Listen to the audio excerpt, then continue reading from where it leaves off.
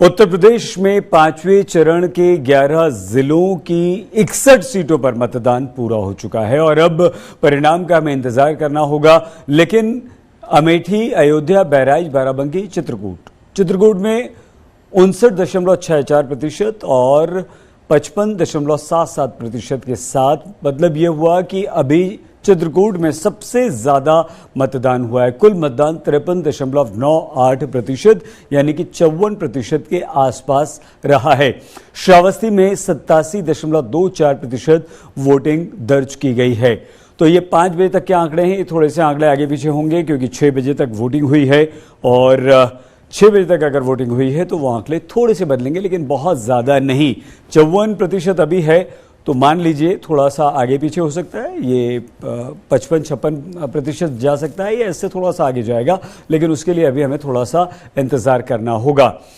6 उत्तर प्रदेश सरकार के मंत्री हैं, जिनमें डिप्टी सीएम केशव प्रसाद मौर्य और सिद्धार्थनाथ सिंह 2 महत्वपूर्ण मंत्री हैं, ये चुनाव मैदान में हैं। इसके अलावा यहां देखने वाली बात यह होगी कि इन सीटों पर बीजेपी क्या अपना पुराना प्रदर्शन दोहरा पाती है, क्योंकि पिछली बार सुल्तानपुर, चित्रकूट, प्रतापगढ़, कौशाम्बी, प्रयागराज, बाराबंकी, बहराइच, श्रावस्ती, गोंडा में जबरदस्त बीजेपी ने अपनी धमक दिखाई थी।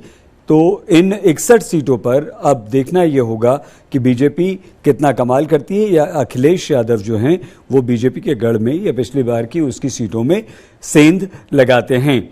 2017 में बीजेपी ने 50 सीटें जीती थी, सहयोगी पार्टियों ने भी उसकी 3 सीटें जीती थी। 53 पर कब्जा था बीजेपी का, तो ये महत्वपूर्ण इस बार होगा। अब यहां पर देखना यह होगा कि चित्रकूट, प्रतापगढ़, कौशाम्बी, प्रयागराज, बाराबंकी, अयोध्या, बहराइच, श्रावस्ती और गोंडा इनमें शामिल हैं। अमेठी और रायबरेली जो कांग्रेस का गढ़ रही है सीटें। जी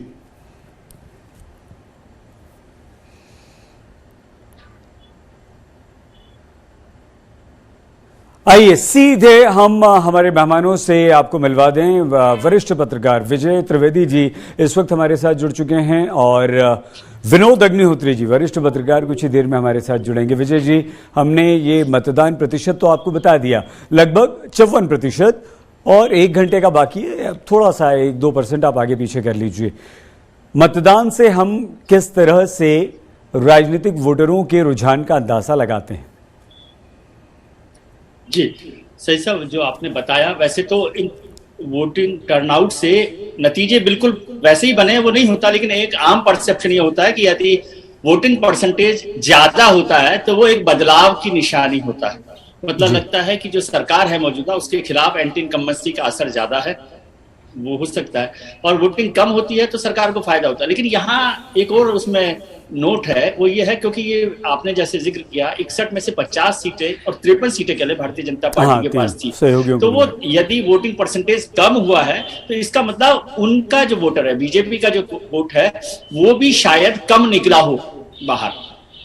और उसकी एक बड़ी वजह है कि जो जाति समीकरण है उसमें ब्राह्मण वर्सेस राजपूत की जो नाराजगी थी वो यहाँ पर दिखाई देती है इस इलाके में।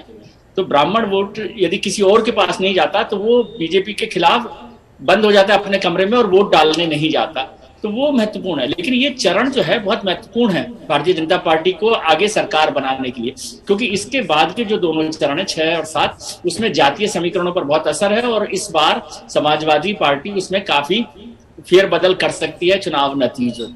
एक छोटी सी बात मैं जोड़ दूं आपको कि अभी तक जो 4 चरण हुए थे उसमें 231 में से 190 सीटें भारतीय जनता पार्टी ने जीती थी, जो वोटिंग मतलब विनिंग सीट के हिसाब से 83% था।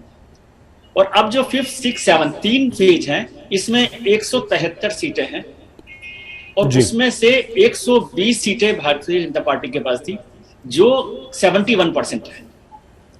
विनिंग मार्जिन के हिसाब से भी देखें तो 45% वोट परसेंट मिला था उनको पहले 4 फेज में, और दूसरी जो 3 फेज जो अभी वाली है, 5वीं, 6वीं और 7वीं, उसमें 31% वोट मिला था।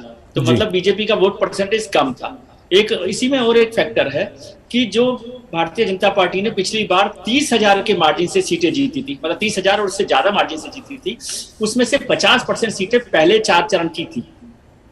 और बाकी जो है वो 30% पर करीबन है, जिसमें 30,000 मार्जिन से जीती है। तो इसका मतलब वहां पर रिस्क फैक्टर भी ज्यादा है।